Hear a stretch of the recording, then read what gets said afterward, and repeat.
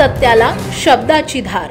बहिणीसोबत केलेल्या भांडणाची विचारणा मेहुण्याने जावयाकडे केली। याच रागातून जावयाने थेट सासरवाडीमध्ये जाऊन हातात कोयते घेऊन तोडफोड करत घरातील काही साहित्य लुटले। ही घटना बुधवारी निगडी ओटा स्कीम येथे घडली आहे। या प्रकरणी बलदेव सिंग टाक यांनी निगडी पोलीस ठाण्यामध्ये फिर्याद दिली।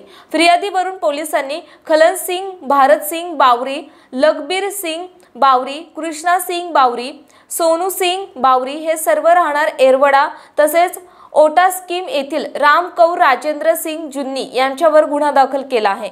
पोलिसांनी दिलेल्या माहितीनुसार आरोपी लखन सिंग हा फिर्यादीच्या बहिणीचा नवरा आहे। यावेळी फिर्यादीची बहीण आणि आरोपीमध्ये झालेल्या भांडणाबद्दल फिर्यादीने फोनवरून लखन सिंग यांच्याकडे विचारणा केली।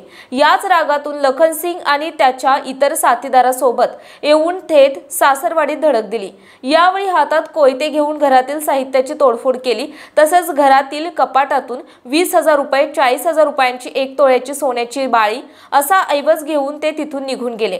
जावयाने सासरवाडीत येऊन दहशत निर्माण करत लूटमार केल्याप्रकरणी निगडी पोलीस ठाण्यात लखन सिंह आणि त्याच्या इतर साथीदारांवर गुन्हा दाखल करण्यात आलाय। पुणे तसेच पिंपरी चिंचवड परिसरातील महत्त्वाच्या बातम्या पाहण्यासाठी आजच आमच्या डिजिटल PCMC न्यूज चॅनलला सबस्क्राइब करा आणि बेल आयकॉन प्रेस करा।